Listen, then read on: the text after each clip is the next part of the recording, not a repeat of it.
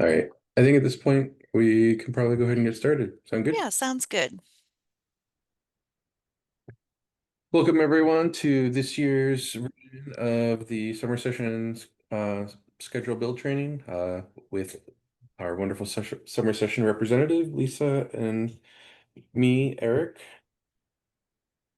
Um, Here's a brief overview that everyone is able to read without me reading it off the screen.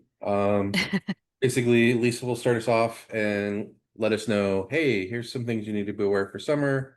And then I'll take over and we'll talk through how do you use the ISA for summer. We'll go pretty fast through that since we do have prior recordings and there's not really been any meaningful changes on the ISA side. Yeah, mainly a refresher, right? And if you're new, welcome. Yeah. Lisa, I'll let you introduce yourself. All right, I'm Lisa Bargabis. I'm the Associate Director for Summer Session, and I'll be, I'm always a contact here for you guys if you need help or have questions with scheduling, and happy to be here with Eric. Eric, Um, introduce yourself. and I'm Eric Winterbilly-Luce. I'm the project manager for the ISA application. I work out of the School of Biological Sciences. And so you may often see me replying to sport tickets or doing trainings or working with our wonderful work group members to help set the direction of new development for the ISA outside of the broader goals, which we'll talk about when we get to it. Sounds good. All right, so let's start by talking about how summer session is different from fall, winter, and spring quarter.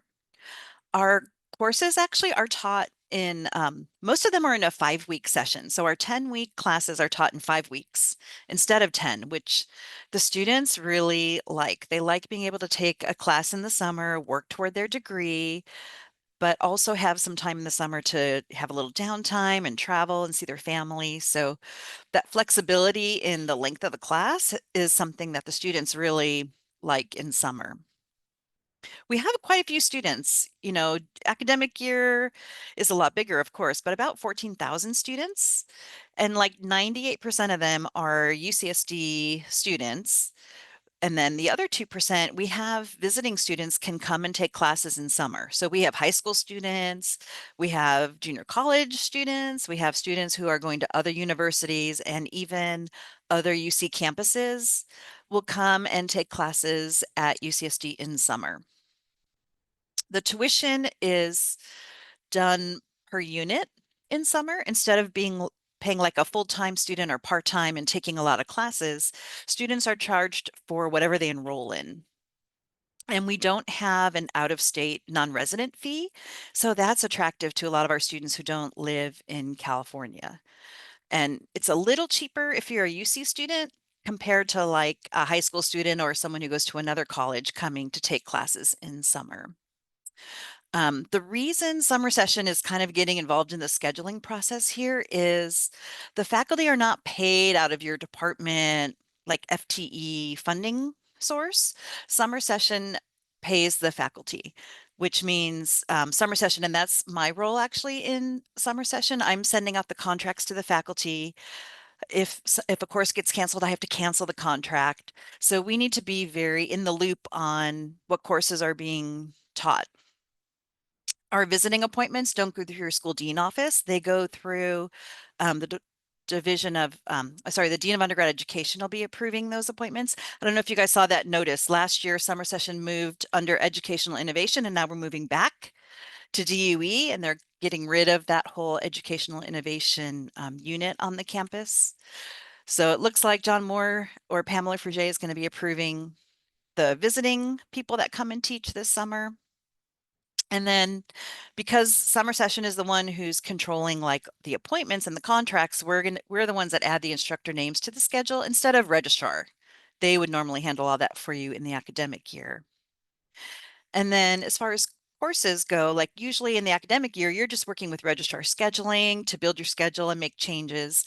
And then, like I said, summer session, we just need to be in the loop to know when changes happen and I have to change the faculty hiring, change their contracts. So we're using the ISA as a master list in summer.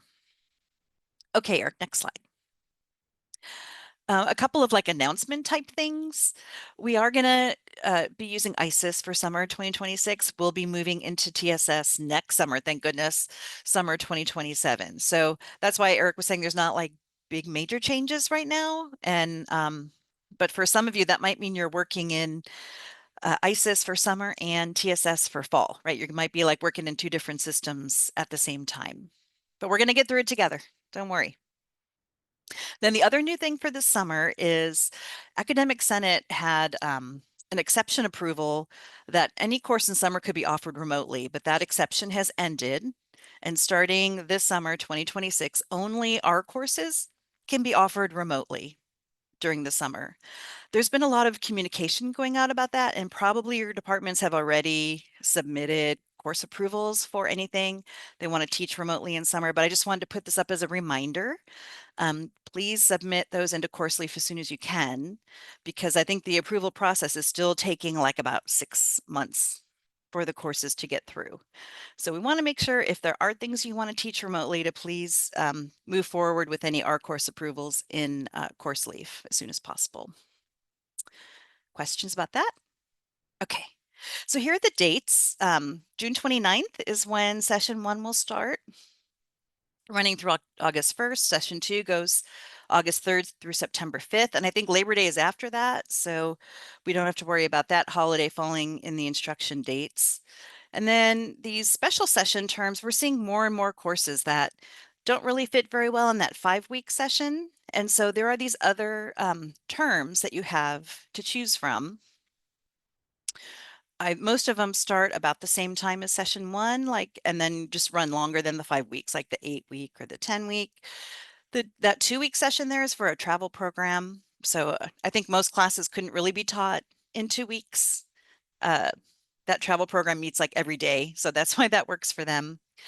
But if you have questions about, special session, just reach out to our office. We're happy to advise. Okay, next. So when you're scheduling for summer and you submit your schedule build and you need to make changes, if you're just changing like the days and the times that a class meets, summer session doesn't need to be involved. You're going to just work directly with registrar scheduling like you usually do. If you're changing the instructor for a course, we're asking that you go into the summer session schedule builder in the ISA and make the instructor changes there so that I get notified and I can send a contract to the new person, cancel the contract for the existing instructor. When you're changing the session of a course, that's going to change the pay date of the instructor. So you're going to request that change. Summer session will approve the change, and then registrar will go ahead and make that change on the schedule. And same with cancellation. You're going to request that a course be canceled. Summer session's going to approve it. Just like in academic year, you set the enrollment to 0, notify the students if they're already enrolled, then registrar will go ahead and cancel the course for you. And there's that little summer session approval needed just to make sure we're in the loop on what's happening there. And I cancel the contract. Okay, next slide. So timing, summer session has a deadline of December 3rd. All we're asking is if you can put into the ISA summer session schedule builder the classes you're planning to offer in the session. We're trying to get a feel for what courses are going to be offered this summer. Are we going to have a big program? Are we going to have a lot smaller program if maybe we can't do remote courses and there's not enough R courses approved? We might just have a smaller summer session than we're used to having the past few years. So we're trying to get a handle on that. That's why that deadline is so early. But the ISA is going to stay open, so don't panic if December 3rd is too soon. You can keep putting courses in the ISA, and summer session is going to approve this first batch by like December 17th. So before we have the holiday break, we'll be approving what's in the ISA. And then your schedule build's not due to registrar until January 29th. So you'll have time after the holiday break to come in and do your schedule for summer. Everyone feel okay about that? So please don't worry and don't panic. You don't have to have your whole schedule done by December 3rd. The 3rd, we just want to know what classes you're thinking and what session. And next slide, Eric, I think I put in, yeah.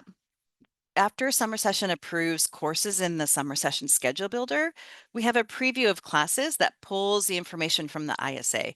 So when our students go home for the summer, they can look at this and see what courses are going to be offered and start talking to their parents. I think I want to take some summer classes. I'm going to stay in San Diego, or, it's an art class, so I can probably do it remotely. So that's what our goal is, to give students some information in December before the holiday, which is why we have that December 3rd deadline. Okay, next slide. And then, yeah, really wanted to emphasize to make sure you don't miss the schedule build deadline. A couple summers ago, we had like 19 departments that missed the deadline. And then there was so much manual work. And with TSS launching this year, I really don't want to put that on registrar scheduling, want that extra workload. So we all need to make sure we meet that January 29th deadline for your schedule build for summer 2026. And it's okay to do it earlier as well. Not a problem to, don't wait till the day of, is all I'm saying. You never know when the Wi-Fi is going to go down or something crazy like that. Okay, I think that's all I want to say about that. Deadline's important. And then this year, just a heads up, I think we're changing.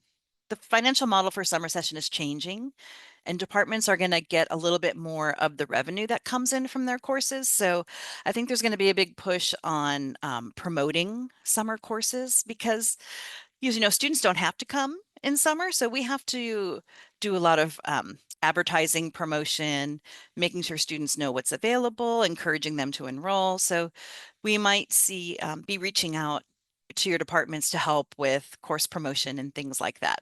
As far as timing, like the schedule of classes is going to go live in March. Students enroll in April. Financial aid packages them in May, and then session 1 starts in June.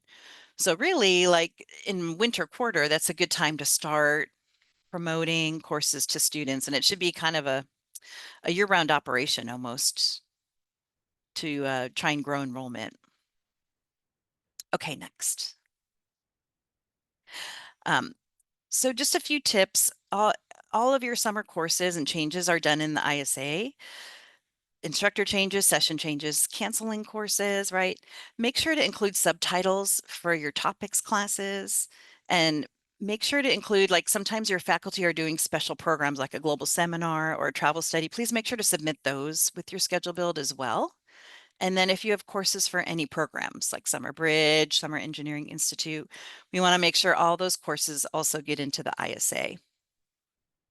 And if you've submitted a course, an art course approval, but it's not approved yet, and you're submitting like an in-person version of a course, if you can just add a note in the notes to summer session box, you'll see that when Eric goes through the ISA demo, that'll help us know that, okay, this is an in-person course right now, but you're hoping that it'll be approved for remote instruction.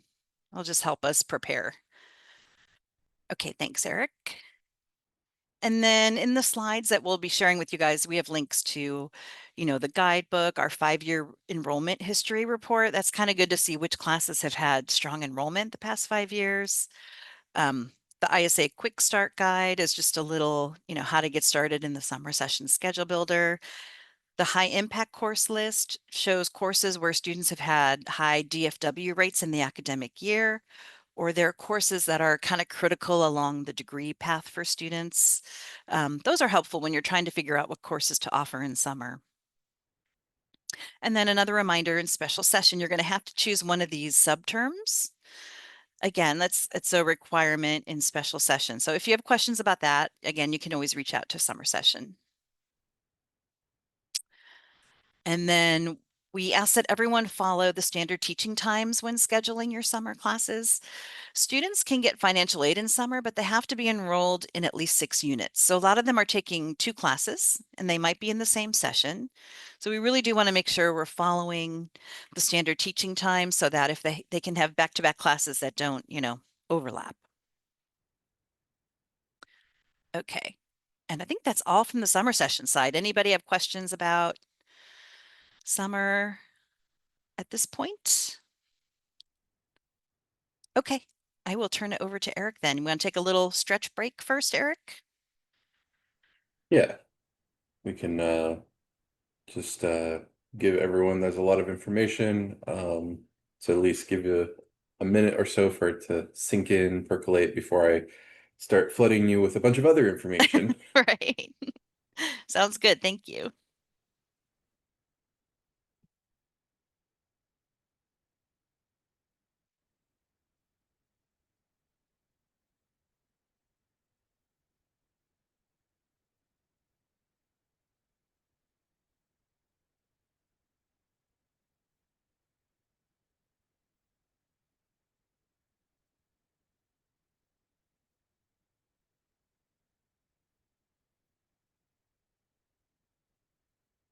For how many of you is this your first summer doing scheduling?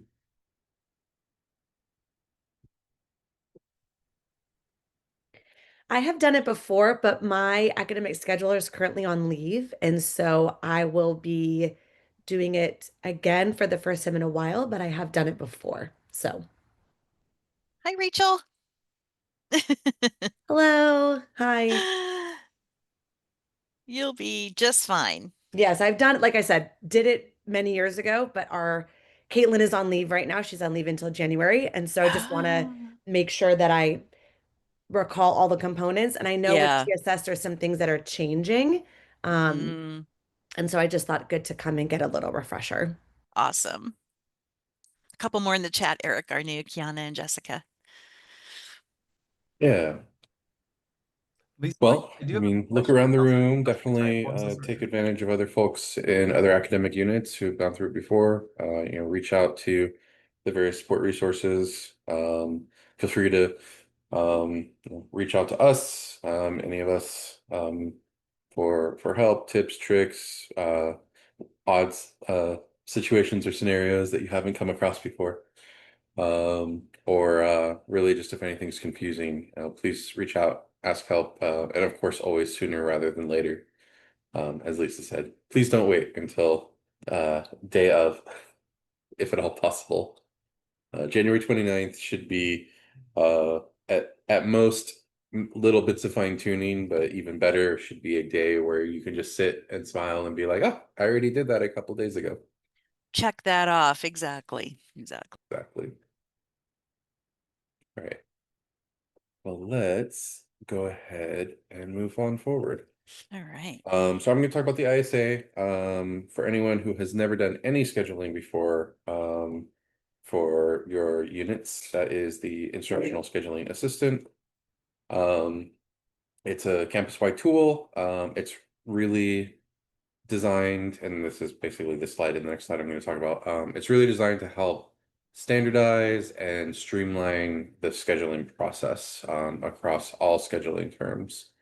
And so we, we're actively working on it right now, although pretty much all of our work this year is dedicated to getting everything ready for TSS, which is replacing ISIS for anyone who might not happen to have been in that loop.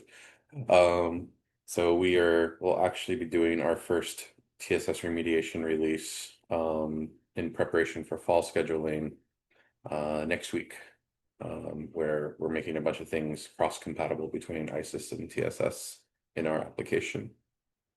Beyond that, we have the ISA work group where everyone works together to set the direction, as I had said at the beginning. And we generally will have representatives from every school on campus, although we are presently missing some folks. In terms of what I'm going to go over today, I'm really going to talk about just the course scheduling all the way up to the point of submitting to the registrar. We have a bunch of other things that can speed up your scheduling, particularly if you have been using the ISA in the past, which at this point everyone has.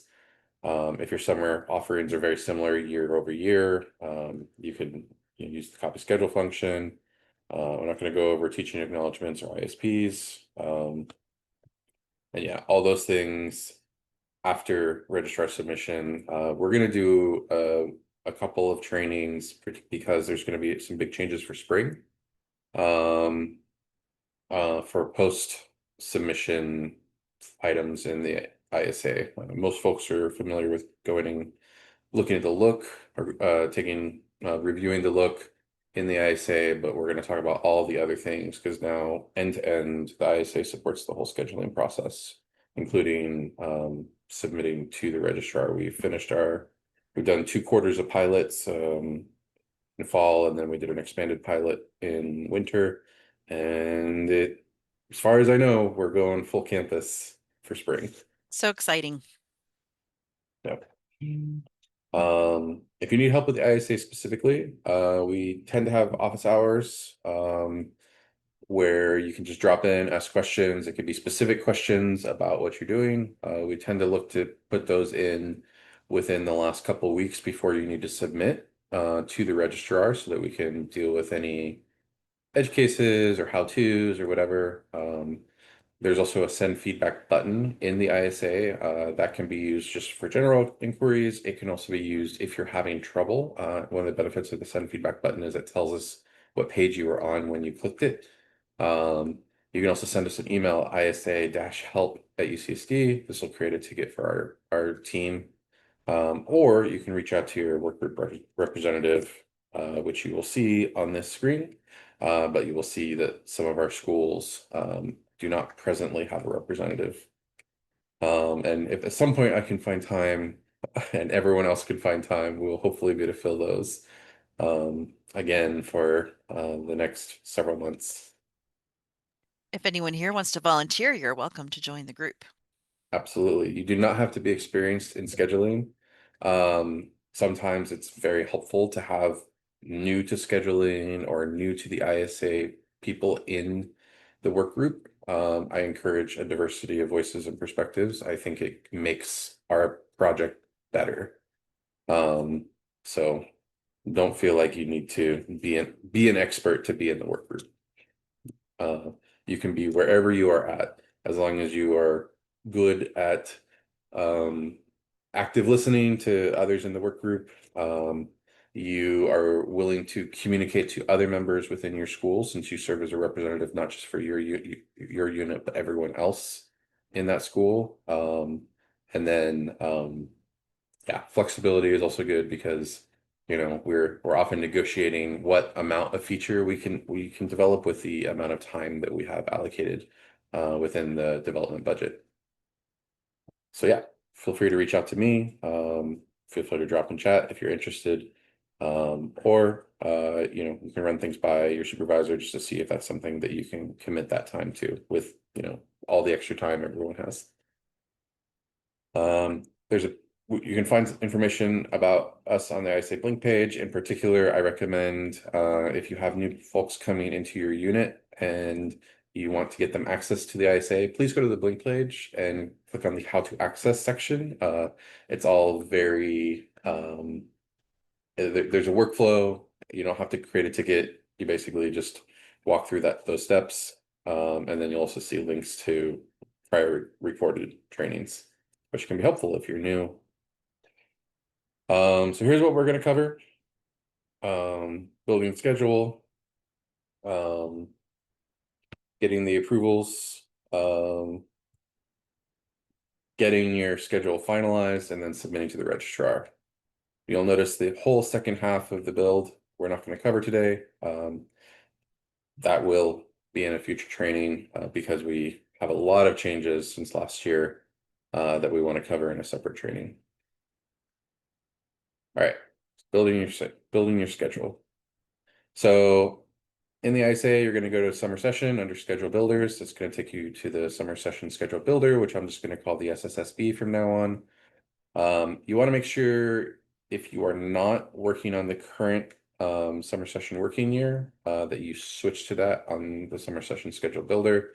That year should already be set for you automatically, but if you happen to switch to like look at prior years, just make sure that when you're adding classes that you are doing so in the correct spot. You can do all your filtering and all of that. And yeah, okay.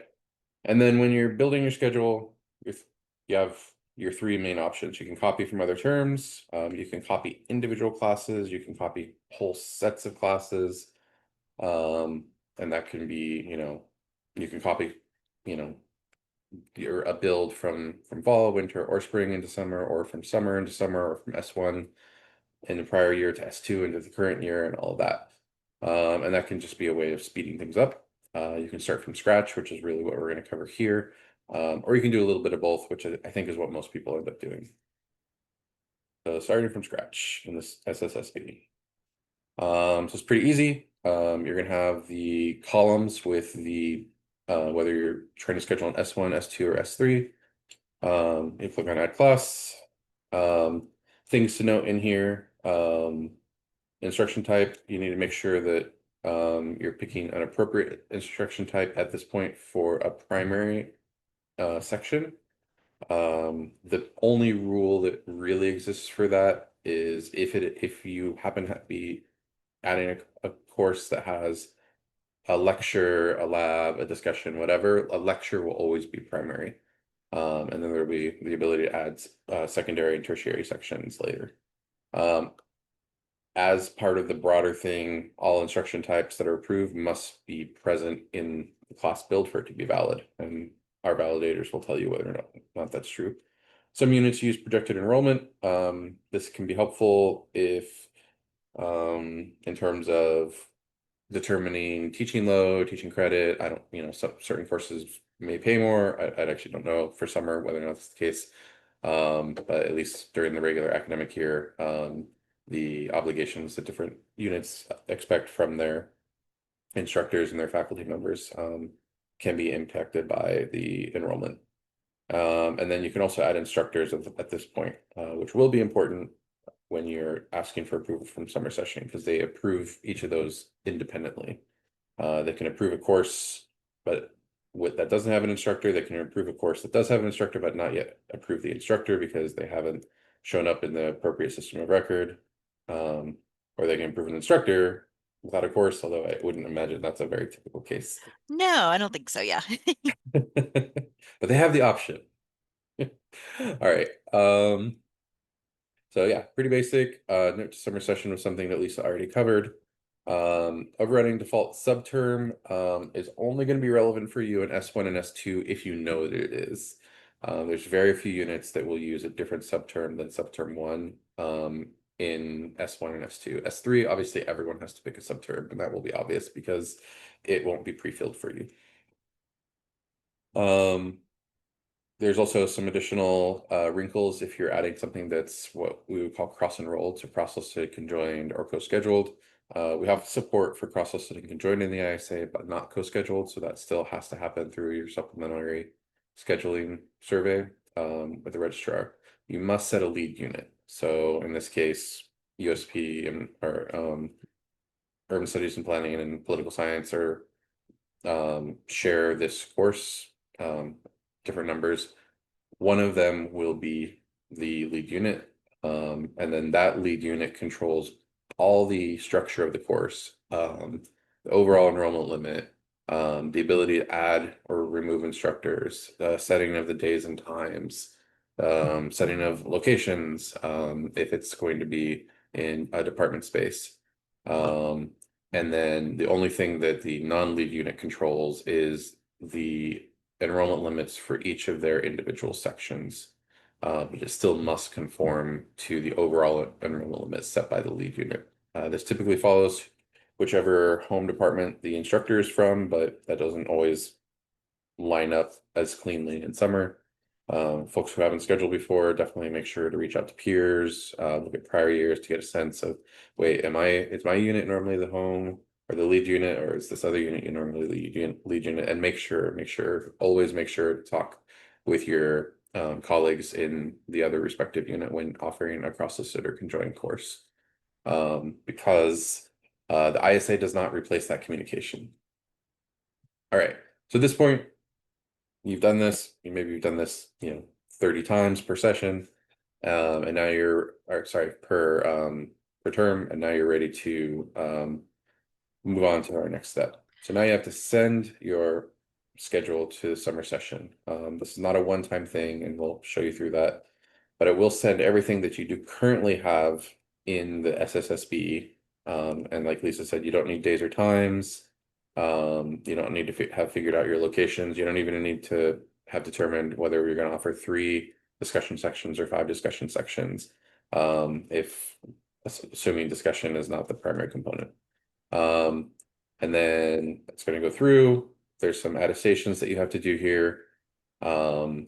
If you happen to have anything that has a cross-enrolled class in it, only the lead unit is able to submit it, and that'll be noted in that list. There will be some classes that if you are not the lead and it's cross-listed, it will not send to summer session until the lead unit sends it to summer session. So again, that communication is really important. When you click on that button, anything that has not been sent at this point to summer session will be sent to summer session for approval, and that's across all 3, across S1, S2, and S3. All right, so here we go. We can see an example here of that Poly 5D B00 in this case. Presumably in this one, Urban Studies and Planning is the lead unit, so we're just notifying you, oh, this one's not going to be sent. That has to wait till USP sends theirs. And there's also a third attestation that basically just says, I'm communicating with everyone the way I'm supposed to. So you're clicking the button, so make sure you do it. All right, and then trying to figure out what have I sent so far and what have I not. And here we have the various set of items. We have each of the indicators underneath. This has been anything that's not empty in color and lacks any sort of text indicator or icon indicator means it hasn't been sent. Everything else summer session has seen, and then there's these different sorts of statuses that they can be in. All right, so we've sent to summer session. So now you're waiting on approvals. All right, so now you can track those in the summer session class approvals view, which will show you where everything is at. So here you can see everything that's been sent to summer, and you can see at this point everything is set to pending. You can also see that in the quarterly preview and quarterly schedule builder. There's an icon that is specific to summer session, which is this little book icon, and it will tell you what it is at. You can also see at the summer statuses column, summer session approved, which means the course is approved, the course offering is approved. In this case, one instructor has been approved, and the second instructor is still pending, which you can also see lines up with the little people icons in there. And the reason one instructor may be pending is because they're not in the system of record. So there we go. All those arrows tell you all the different things. And When then, yeah, in summer, this I case, can say real quick, like when summer session is approving instructors, I'm just making sure they're eligible to teach in summer. mhm, And if it's like a visitor who has to be approved by the dean before I can hire them, I'm just going to leave them as unapproved until the dean approves it, and then I'll mark them as approved. So that's the kind of thing we're waiting for. yep. Yeah, in rare cases, you may have an instructor who's actually explicitly denied for some reason. Yeah, I'm like not going to get into the business process side of that. it could be like maybe they want to teach 4 classes, but they're only allowed to teach 3 because of AP restrictions and policies. So stuff like that can come up from time to time. Yep. All right. All right, and so here we are back in the summer session schedule builder, and you can see out of this array of offerings, with first column being S1, second column S2, third column S3. You can see what is approved, what has been canceled, and what's still waiting on summer session to make a determination. And for the new people who can't see the column headers, Eric, like the first column is everything in session 1, and the middle Right. column is everything in session 2, and the last column is everything in session 3. Correct. Yes. All right.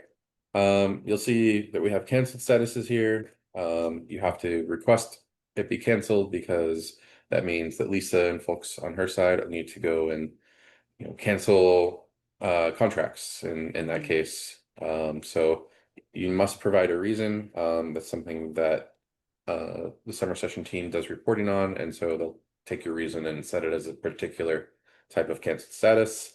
And of course, make sure that you are doing the attestations and actually doing the things said in those attestations, not just clicking the boxes. Not just checking the boxes. Exactly. All right, so this will usually stay in progress for some period of time. So right, you have your preliminary deadline on December 3rd. But you are going to continue working on summer. I mean, it's to a certain extent all the way until summer starts. Yeah. But the big first deadline is January 29th. And those things will be in progress while you continue to fill out your schedule build, which we will talk Yeah. about after yet another short little break. If there are any questions so far, I'm happy to answer them. Otherwise, find a pillow and give yourself the most powerful 2-minute nap possible. 2-minute nap. I love it. Thanks, everyone. I've actually got to log off for another meeting. I've got a conflict, but I'll be sure to check the rest of this and reach out if I have questions. Have a great day. Thanks, Rachel. Bye. Bye.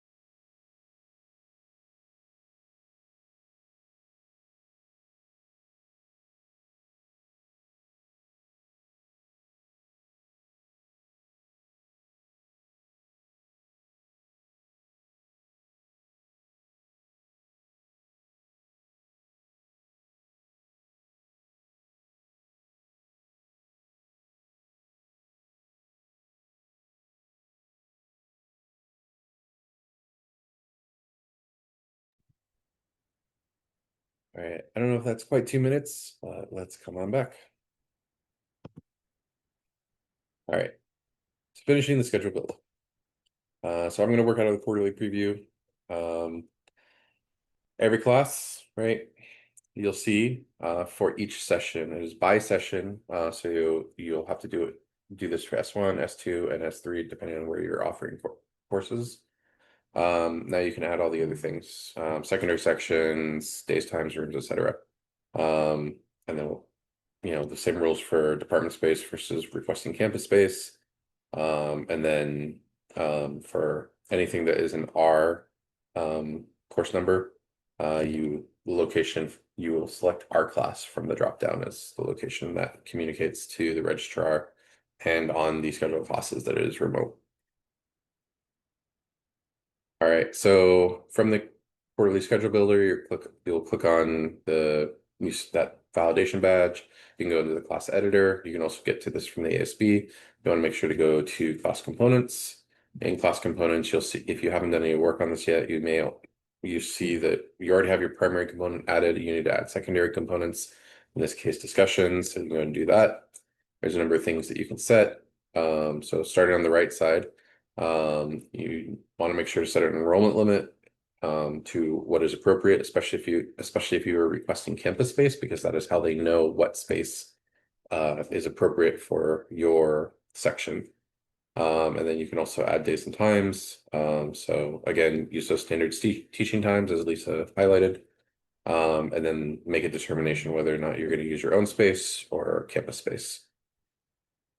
All right, so you've done all that across all your sections. Now you're ready to submit. So on the quarterly preview, there's a button. QSB also has that button. Proceed to this submission wizard. It'll go through multiple steps, which we'll talk about. If there happen to be any validation errors, it'll require you to fix validation errors before you are allowed to submit. Warnings, it will allow you to proceed. You should at least review them just to make sure there's not something sideways going on. Like, it may warn you that you double booked an instructor. You may want to confirm that did I actually double book an instructor, or am I a college writing program where the instructor of record is not the person who's actually in the classroom? So things like that. And then there will be the link to the supplementary scheduling survey, and then you'll be to submit. All right, so that's what that button looks like. The deadline will be there, as well as any notes from the registrar.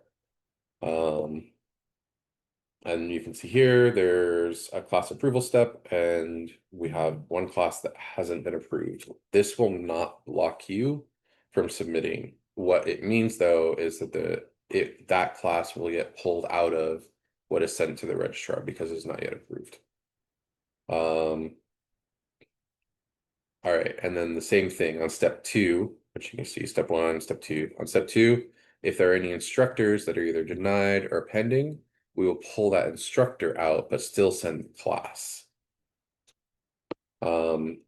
Step 3 is the making sure you don't have any validation errors. And here you can see we've got one validation error at the class level, one validation error, 2 validation errors at the section level. And I can tell you, at least at the section level, I can already tell you that there's not an enrollment limit set, which is why that little human icon is red, and there's no number. And then at the class level, I can tell you that the not all the instruction types are present. So there should also be a discussion, at least one discussion section.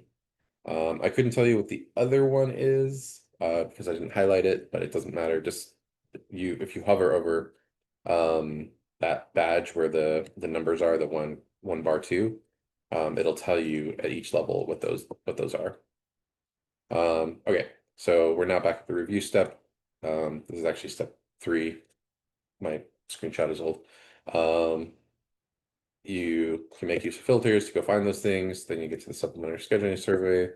And then if we get to the end and there's still something, it's going to tell you. And here you can see. So not all approved instruction types used, and an enrollment limit is out of range. So those are the 2 errors in this specific case. As long as everything passes validation, then you are ready to submit. There's an attestation. Make sure you actually do the thing that it says in the attestation instead of just checking the box, and then submit. And then that's it. Any questions? Presto. I think one thing I'll remind everybody of is after you send the schedule build to registrar, summer session still needs you to use the summer session schedule builder for changes. Just so that that's like our master payroll list, and I need to know when classes are being canceled or added or moved to a different session. So before registrar will make changes on the schedule, they'll make sure that those changes are in the summer session schedule builder, and that summer session is, approved and signed off on them before they take action on the schedule.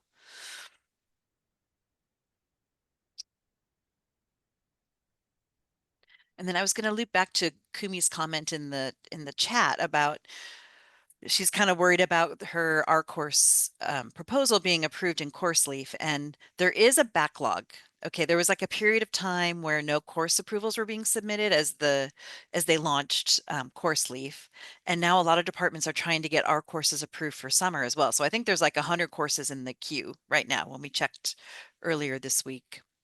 And ABC EI Christine Alvarado did submit a proposal to Academic Senate asking if a course is in the queue in CourseLeaf, can it be taught remotely, even if it's not approved as an R course in time for summer? So we're waiting to hear back to see if that proposal is accepted or not.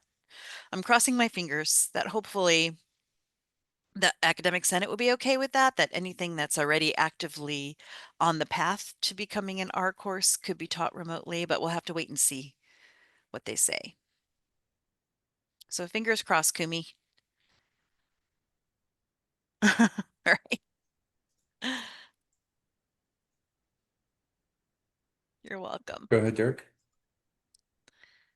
Thank you. And on that note, thanks so much for that comment, Lisa. I think that's something that I was thinking about is we have a number of instructors who can only teach remotely.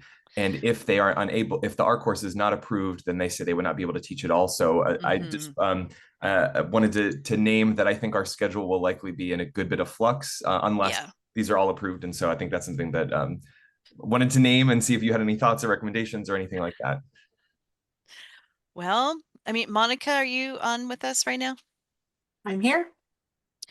Are you wanting, what should like a department like psychology where they're only Mhm. going to offer the course remotely? Should they just add it late once they know it can be remote? Um, uh, it's that's a good question. I I don't know. I know. feel like if you're already approving it, there's no harm in going ahead and building it. Um, because we can take it off the schedule later. And You, since you it's remote, we're not looking for a class for it. We're not holding space for it, that type of thing. You can plan it, as remote. And if it doesn't get approved, we can remove it. But so do I that know rather than like, Colorado is really, really, really pushing for this. So, yeah, and I think EPC meets next week. So, 24th or something like it's okay. coming up. And a Yeah, week it's after, coming up. yeah, it's soon. So I know that they're very hopeful. It sounds like a reasonable request to me. Yeah, it'll just take some work for, between Lisa, your group and our group, looking at, okay, what is in the queue? Where is it Right. in the, just making sure that those little details match up. But, I'm that's, thinking maybe we can take on that workload for you, Monica, because I know you guys are overloaded. yeah. So, and with course leave coming on, was like, I don't have the same access I had as before because I haven't learned it because I'm deep in this other And thing. TSS, I know, I So, know.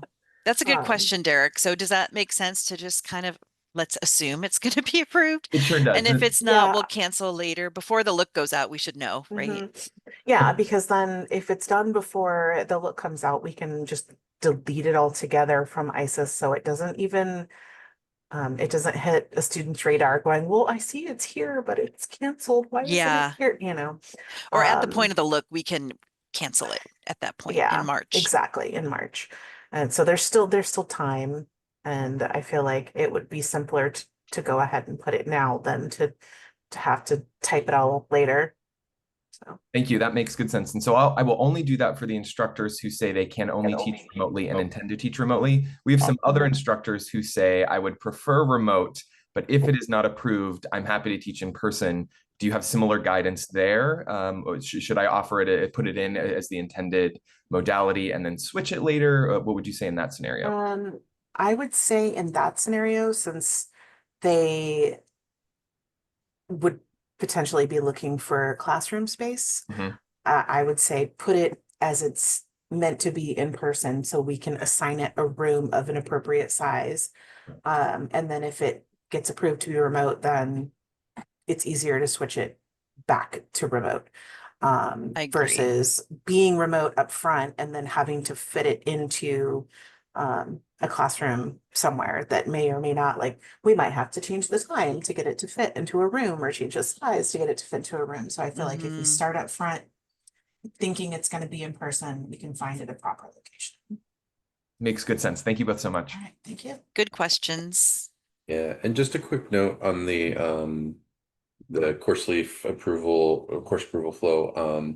So right, the ISA isn't going to allow you to submit something to the registrar that isn't approved yet. You're able to create temporary courses in there for planning purposes. I don't actually, off the top of my head, I don't recall if we even let them send a summer session. I think we do. I think you do, but it may not go to the schedule build, right? If Yeah, it's but it not definitely does not approved. go to the schedule bill to the Yeah. registrar. Yeah. But there is a bit of a lag there between when something shows up in course leaf and when it will show as approved in the ISA.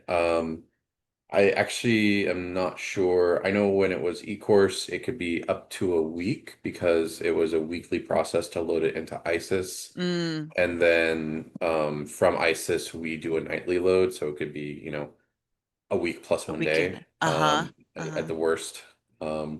I don't know if course leaf is loading nightly or not. I don't know if you happen to know that off the top of your head, Monica. I don't, but I know who to talk to find out. So Okay.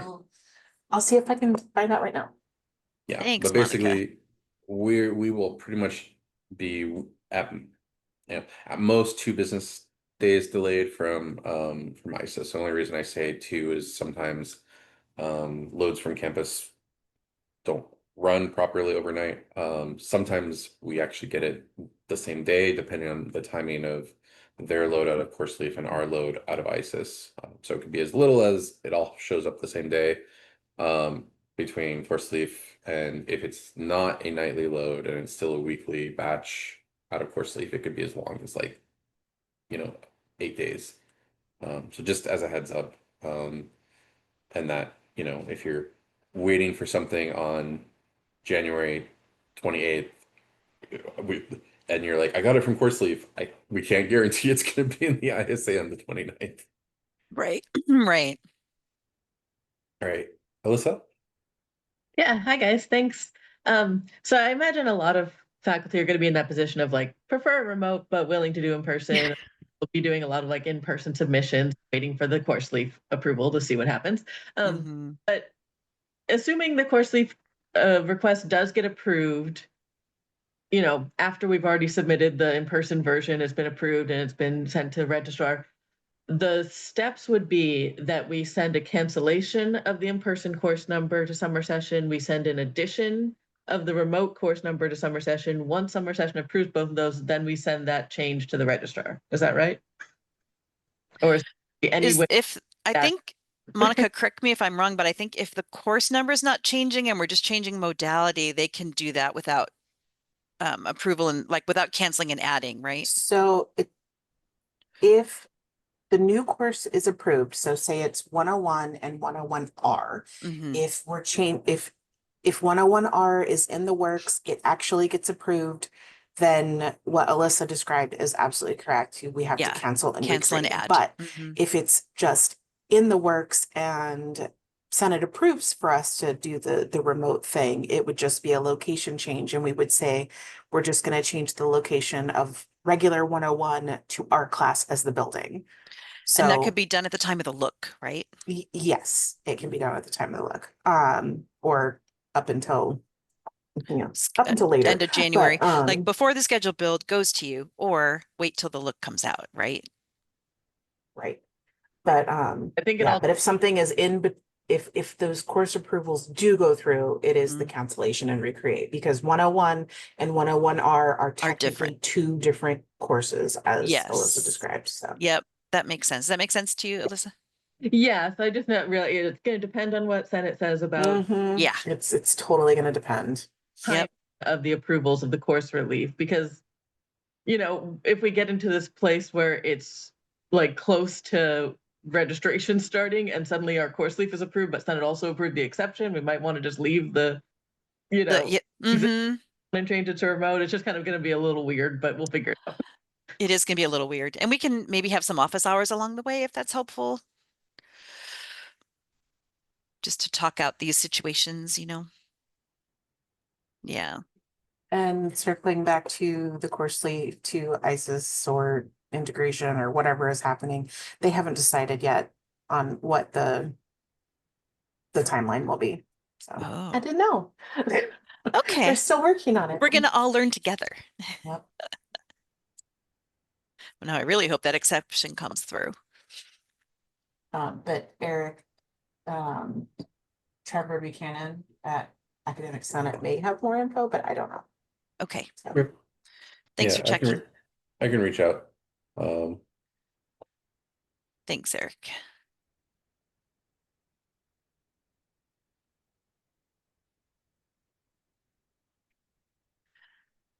And if we end up having a lot more in-person classes, Monica, I hope we'll be okay on space.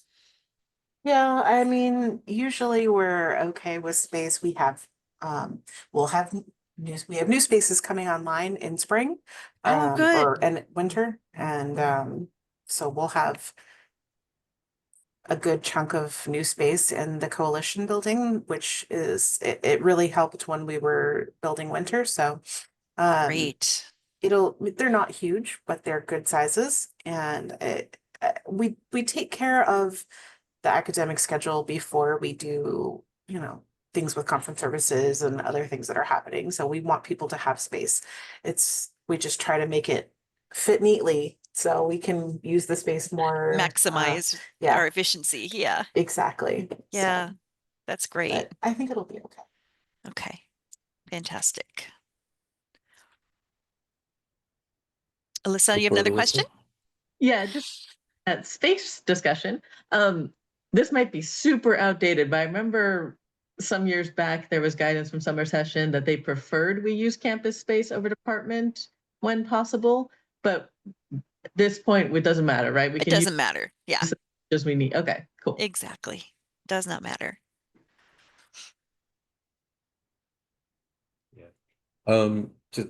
Just you know, previewing, so since spring is going to be the first term, we're submitting change requests after the look is released to the registrar is going to happen through the ISA. Summer will also be a part of that. So Great. so some of this will get a little bit streamlined, but it will also be different. So I know different units have different ways of collecting their mini changes once the look is released, and sending them on to the registrar scheduling team. There will now be a standard process. As I said, we'll have trainings on that ahead of spring so that everyone is familiar with it. We'll probably also do some extra office hours around the look release Yeah, that would be good. for spring and summer, so that folks are also able to hop in and ask like, oh, okay, well, which change type should I use? And that'll make sense once you see the training. It is a little But overwhelming, right? When you first see it, but I think people will like it. yeah, the feedback that we've Yeah. received from our pilot members is it has made things generally faster for them. And that once they understood how things were going to be different, it Mhm. also has been easier for them to keep an eye on where things are at. So we've Yeah, I had really second positive that. feedback. Agreed. We've had really good Mhm. feedback and there have been, snags here and there. It's new. Right.